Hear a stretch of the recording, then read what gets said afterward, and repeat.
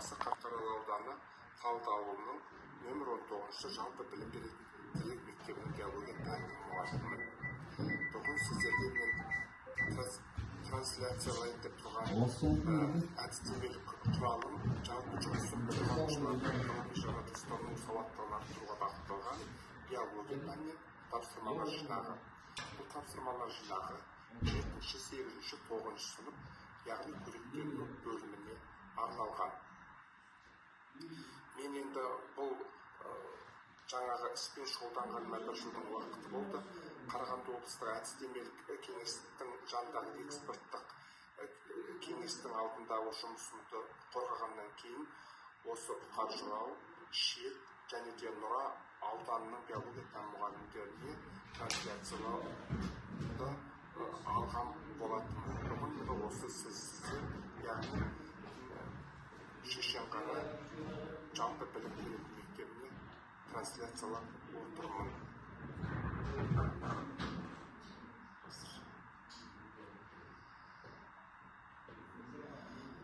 Тапсырмалар жинағының мазмұны бұл жаңағы Қазақстан Республикасының жалпыға міндетті білім беру стандарты жаңағы 22 жылға 3 тамыздағы соған негізделіп жасалған 7-8-ші 9 сыныптағы биология пәнінен көріктену бөлімімен құрастырылған. Яғни мен осы бір бөлімді алып отырмын. Сіздер жақсы білесіздер, бұл 7-8-9-да жаңағы спиральді әдіспен жасалған. Енді тапсырмалар білім алушылардың білім жетістігін жаңа мониторингілеу бойынша жаратылыстану ғылыми сауаттылық бағыты бойынша тест спецификасы бұл басшылыққа алынып жасалды.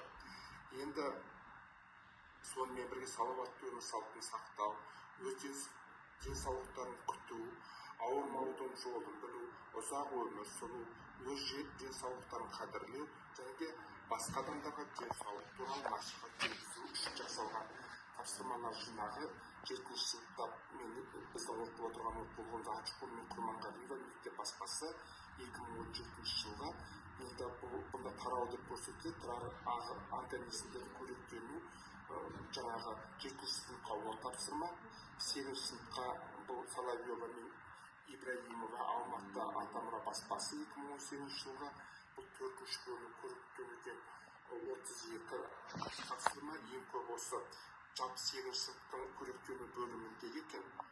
Бұған мен көріктену бөлімі көп тақырыптардан тұрады екен, 32 тапсырма алып отырмын.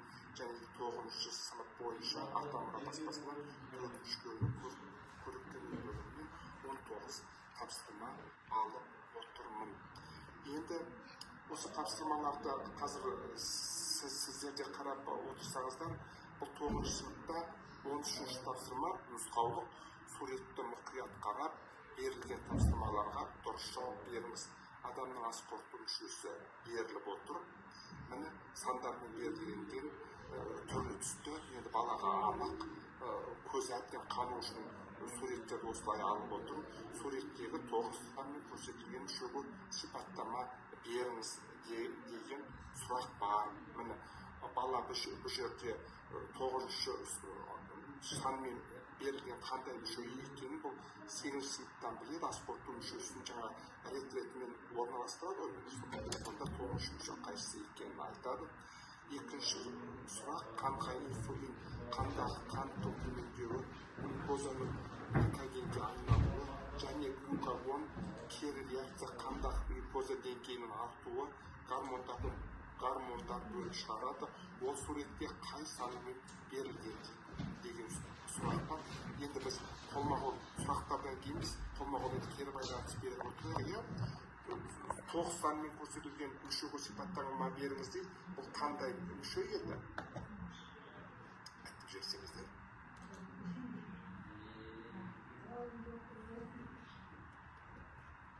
Көрініп тұр ма сіздерге?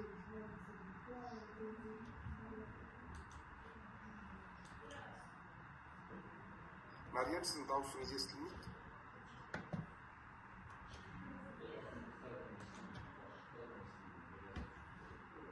Дауысыңыз естілмейді. Мәриям, ұстаз сіздің. Дауысыңыз қоспай отырсыз. иә, тоғыз санмен берілген мүшеге сипаттама беріңіз дейді. Бұл жерде ас қорыту мүшелері иә сізде берілген? Иә, тоғызыншы санмен берілген. Асқазан жетінші. Жоқ, сізге бірінші сұрақта суретте 9 санмен көрсетілген мүшеге сипаттама беріңіз деп тұр ғой. Бірінші тапсырмада. Менде жақсы көрініп тұрған жоқ, Мақсат мырза, ас қорыту мүшелері. Көрініп тұрған жоқ па?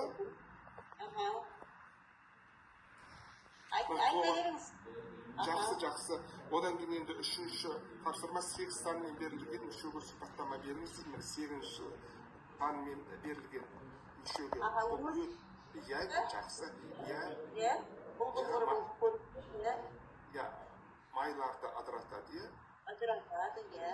Иә, содан кейін енді төртінші сұрақ ас қорыту мүшесін ретімен орналастырыңыз деген сұрақ бар екен, ауысымыздан бастап.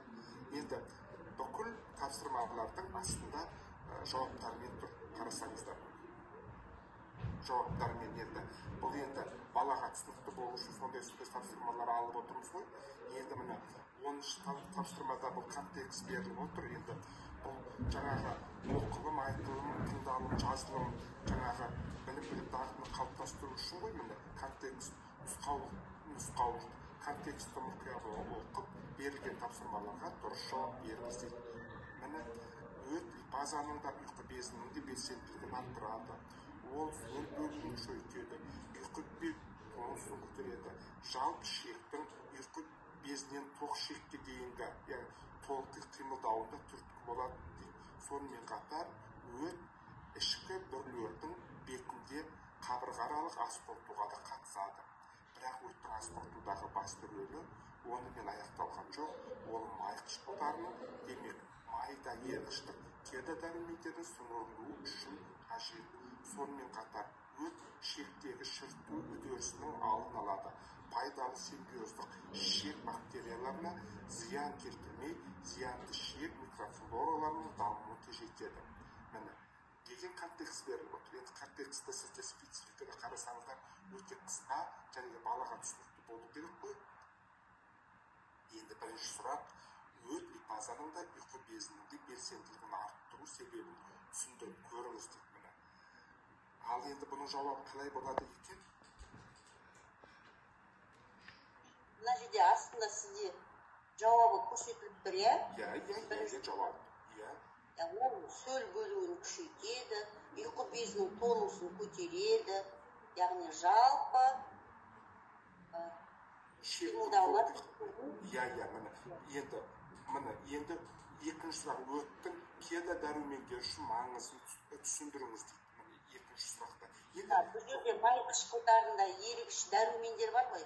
Сол дәрумендердің сіңірілуі үшін қызметі өте зор оның. Жақсы, міне, енді оны менде симбиоздық ішек бактерияларына зиян келтірмей, зиянды ішек микрофлорасының дамуын тежейді дегенді түсіндіріп көріңіз дейді үшінші сұрақ. Енді бұл жерде бізде ішек құрылысында бактериялар бар, зиянды бактериялар, пайдалы бактериялар бар. Ішектегі шіріту үдерістерінің алдын алады және пайдалы симбиоздық ішек бактерияларына зиян келтірмей, зиянды ішек микрофлорасын дамуын тежейді. Яғни өттің қызметі тек қана жаңағы ас қорыту, асқазан және әртүрлі дәрумендерді қорыту, асты қорыту ғана емес, сонымен бірге ішектегі зиянды ішек микрофлораның дамуын тежейді екен. Яғни осындай өте мықты қызмет атқарады. Жақсы.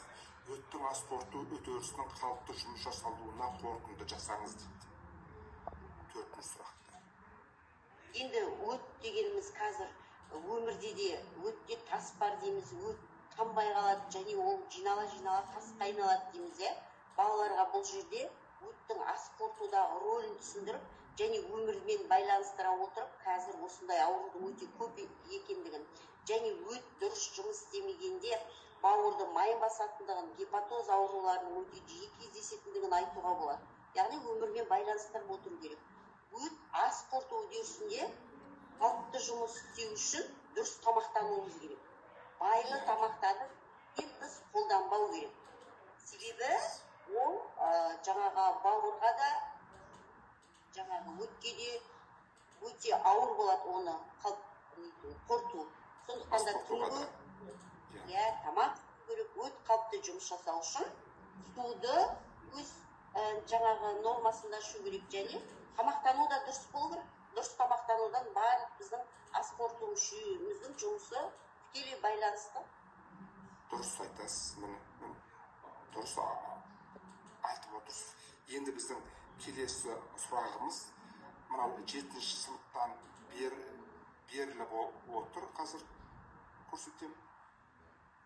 Міне, тірі организмдердің қоректенуі 5-ші тарауда. Нұсқаулықта берілген суретті мұқият зерделеп, берілген тапсырмаларға дұрыс жауап беріңіз дейді. Жапырақтың құрылысы мен қызметі берілген. Міне, енді осы бір санмен көрсетілген жапырақ бөлімін атаңыз дейді. Міне. Жапырақ тақтасы. Жапырақ тақтасы. 3 санмен көрсетілген жапырақ бөлімін атап, қызметті сипаттаңыздар дейді. Міне, 3-ші. Бөбешік бар. Бөбешік жапырақшалар жаңадан шығып келе жатқан бүршікті қорғайды. Қазір біз төліміз көшет отырғызып жатырмыз ғой, қызанақтың. Сонда ең бірінші осы бөбешік жапырақтар шығады ғой. Ол кейінгі шығатын жапырақтарды қорғап тұрады. Одан кейін 3-ші тапсырма 5 санмен көрсетілген сағақты жапырақ, ал 6 санмен көрсетілген. Енді мына жерде жауабын оқып қойдым ғой, мен 5 біреу сағақты жапырақ, біреу сағақсыз жапырақ берілген, соны түсіндіріңіз. Сағақсыз жапырақтар көбінесе астық тұқымдастарынікі ғой. Сол жайында балалар жауабын береді. Енді мына жерде келесі 8-ші сыныпты 4-ші бөлім қоректенуінде тағы да контекст беріліп отыр. Мұқият оқып, дұрыс жауапты беріңіз дейді. Жануарлардың ас қорыту жүйесі. Көп жас жануарлардың ас қорыту жүйесі эволюция барысында қалыптасады. Бір жасшалы жануарлардың қоректі заттар дененің беткі жасуша мембранасы арқылы өтеді, немесе арнайы органоидтер тұтып қалады. Кейін тамақ ризосома арқылы жасуша ішінде қорытылады. Бірақ көп жасушалар ағза жасушаларында басқа тіршілік иесінде нәруыздар майларды немесе көмірсуларды ыдыраған күйінде түсуі қажет. Ағза жасушаларына қоректі заттардың тамақ нәруыздары, майлар мен көмірсулардың қол жетімді ету үшін ас қорыту мүшелері немесе глицидин мен май қышқылдарына, ал нәруыздар амин қышқылдарына дейін ыдырайды. Контексті балалар оқып шықса, негізі контексті жаңағы дағдысы баланың жақсы болса, 4 сұрақта болмаған жауап береді. Көп жас жануарлардың ас қорыту мүшесі ризосома, көмірсулар ыдырайды.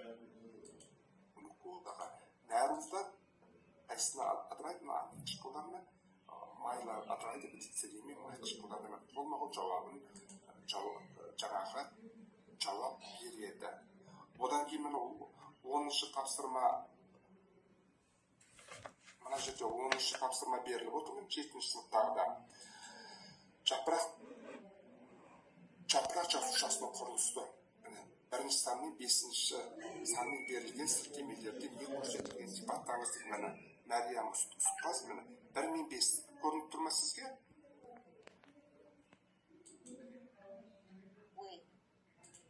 Үстіңгі қабықша және астыңғы қабықша. Мен үстіңгі қабықша, астыңғы. Қызметі жаңағы жасушаны қорғау ғой. 9 санмен берілген сілтемені түсіндіріп көріңіз дейді. 9 санмен. Ол газ алмасуға және транспирацияға қатысады. Лептесу ғой, суды буландырады. Сондай сұрақтар 6, 7, 8 санмен берілген сілтемеге сипаттама беріңіз дейді. 6 түтіктер, 7 сүзгілі түтіктер, 8 талшықтар. Яғни олар жапыраққа пішін және беріктік қасиет береді. Сонымен қатар су мен минералды заттарды тасымалдануға көмектеседі. Сол қызметі сол ғой, су минерал. Жақсы, енді суретке қорытынды жасаңыз дейді. Міне 4-ші сұрақ. Ол кезде енді жаңағы осы айтып өткеннің бәрін әкеп қорытынды жасаймыз. Үстіңгі және астыңғы қабықша қорғаныштық қызмет атқарады. Астыңғы қабықшада орналасқан лептестік, ол газ алмасу, судың булануы, транспирацияға қатысады. Ал енді балқыналы ұлпада орналасқан хлоропласттар, олар фотосинтез процесіне қатысады. Фотосинтезге қатысады. Түтелер бар, талшықтар бар. Олар жалпы не жазады, қорытынды. Қорытындысында осы оқушылар жазып шығады. Енді сұрақтардың өзі жеңіл сұрақтар, орташа сұрақтар, содан кейін ептеп қиындау сұрақтар болып бөлініп отыр. Сонда осы балалар осы тапсырманы орындап береді. Нұсқаулықта берген суретті мұқият зерделеп, берілген тапсырмаларға дұрыс жауап беріңіз дейді. Аурудың атын атаңыз дейді. 2 суретте түрлі түсті беріліп отыр. Бірінші. Ауруды белгілеріне сипаттама беріңіз дейді. Енді рахит ауруына, мишель ауруына балалар сипаттама береді. Басы үлкен болады. Болады бұндай аурулар көп болады. Ағзада да жетістігі болады. Бұл аурумен ауырған балаларда жұқпалы аурулармен көп ауыратын себебін түсіндіріңіз дейді. Енді бұнда дәрі бұл ауру, яғни күннің көзіне көп балалар жүрмейді мысалы. Жас кезінде аңғалар болатын аурулар. Балалар жазады ғой, бұл аурудың алдын алу шараларын қорытынды жасаңыз дейді. Жаңағы Мәриям ұстаз өзіңіз айтқанда 2-3-ке жауап бергенде қорытындылап бара 4-ші жаңағы сұраққа жауап ретінде жаңағы алдында да айтып өтті ғой, сол жайында жақсы өтеді. Енді мысалы 8-ші тапсырма тағы да контексті мұқият оқып, суретті зерделеп, берілген тапсырмаларға дұрыс жауап беріңіз деп. Жаңағы 9-шы қой, жаңағы өт қышқылын бауыр жасушалары синтездейді. Сонымен қатар өт құрамында оның тығыздығы мен тұтқырлығы арттыратын сілемей тәрізді заттар, май қышқылдары, неорганикалық заттар, кейбір дәрумендер болады. Бауыр жасушалары өт үздіксіз түзіледі. Ол ұлтабарға жүйке импульстері әсерінен түседі де ас қорыту кезінде белсенді болады. Егер адам тамақ ішпесе, өт қабынады, өт жиналады. Өт қабында жиналған өт пісіп жетіледі, яғни сулы емес, едәуір тығыз және концентрлі болады дейді. Жаңа өзіңізде осы алдында бір сұраққа мысал келтіріп өттіңіз ғой. Енді оның жауаптары мына жерде бар. Ас қорыту мүшесінің қай бөлігінде өттің өзегі ашылады. Жаңағы 8-ші сыныпта да айтылған.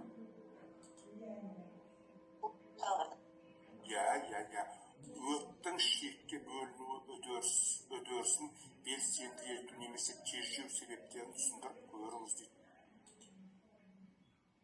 Бұл жерде көбейізі өт, ол химик белсенділердің ақтары. Ұлтабарға түсетін қышқыласы естіліп майды. Одан кейін өттің бөлінуі ас қорыту кезінде белсенді болуын түсіндіріп көріңіз дейді. 3-ші сұрақта. Бұл жерде өт, яғни фазалында ұйқы безінің де белсенділігін арттырады. Сөл бөлінуі Яғни ұйқы безінің сонымен байланыстыра отырып, адам жаңағы қорытынды жасау керек. Одан кейін жаңағы шектегі шіру үдерісінің алдын алу туралы жазу керек балалар. Иә, қолма-қол балалар жазып шығады. Енді тағы да бір контекст тұр. Мына жерде міне соған байланысты саламатты Қазақстанды өт алуан түрлі қызмет атқарады. Мысалы эритроциттер ыдырағы инвестициялардың